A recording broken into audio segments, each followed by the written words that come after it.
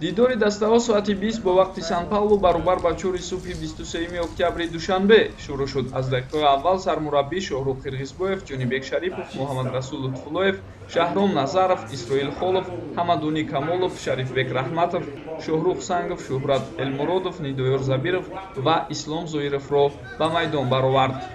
бозӣ бо ҳуҷумҳои паёпайи дастаи Аудакс оғоз гардид. Таи 25 дақиқаи аввал онҳо бетанаффус ҷониби дарвозаи мо ҳуҷум мекарданд. Дар тӯли ин дақиқаҳо мо танҳо 2 дафъа ба аксулҳуҷум гузаштем.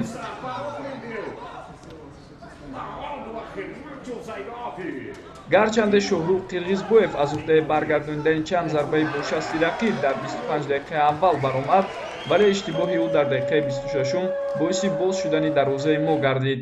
бо сар додани голи аввал бозигарони мо дастпоча шуданд. Рақиб инро пайхас карда, пас аз 2 дақиқа бо кӯшиши Рамирес голи дуюмро зад. дар дақиқаи 36 як аксулҳуҷуми мо билохир самар овард. Ислом Зоиров бо дарвозабон 1-1 баромада ҳисобро коҳиш дод.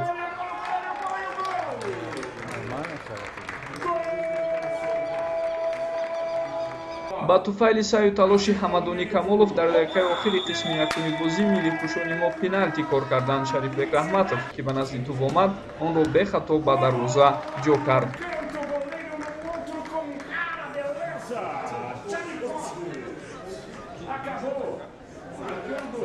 сармураббӣ дар оғози қисми дуюм ба ҷои Шӯҳрат Элмуродов Рустам Соировро ба майдон овард. бо 2 ҳамлагар бозӣ кардани мо боис бар он шуд ки паёпай 2 ҳамлаи хавфнок ташкил кунем. сарвони даста Ислом Зоиров дар оғози даҳаи шашум аз 2 имконияти худ истифода карда натавонист. бозигарони мизбон дар дақиқаи 75 пеналти кор карданд, вале зарбаи дудуро Шоҳрух Қирғизбоев баргардонид. ҷараёни қисми дуюми бозӣ низ басо бо шиддат ва ҳуҷумкор сурат гирифт, аммо ба дастаҳо имкони гол задан ба дарвозаи якдигар даст надод. сармураббиёни дастаҳо Зайниддин Раҳимов ва Лусиано Квадрос баъд аз бозӣ фикру назари худро чунин баён карданд.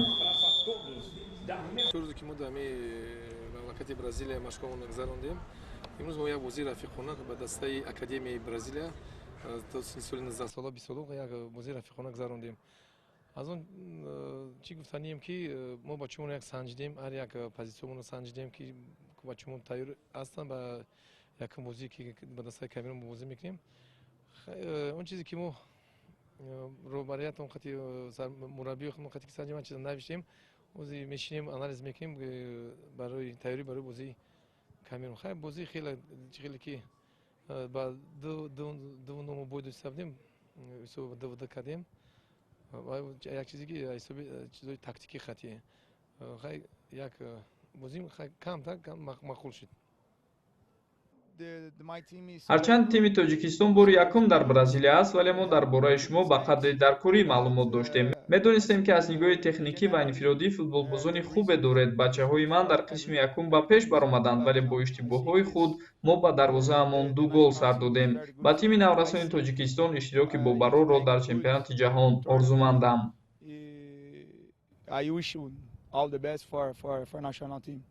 қатъи назар аз каму костиҳо дар бозии шогирдони Зайниддин Раҳимов, онҳо тавонистанд пеш аз чемпионати ҷаҳон охирин санҷиши худро бо баҳои хуб супоранд ва умед мебандем ки он мушкилот ва заъфе ки дар ҷараёни бозии имрӯза бар муқобили бошгоҳи Аудакс буд, дар кӯтоҳтарин фурсат ҳалли худро пайдо мекунад ва мо дар аввалин бозӣ бар муқобили мунтахаби наврасони Камерун дар чемпионати ҷаҳон метавонем бозии зебо ва муҷаллои худро нишон диҳем. гузориши Парвизи Маҳмадамин ва Фирӯз Бахтибеков махсус барои барномаи иттилоётии хабар.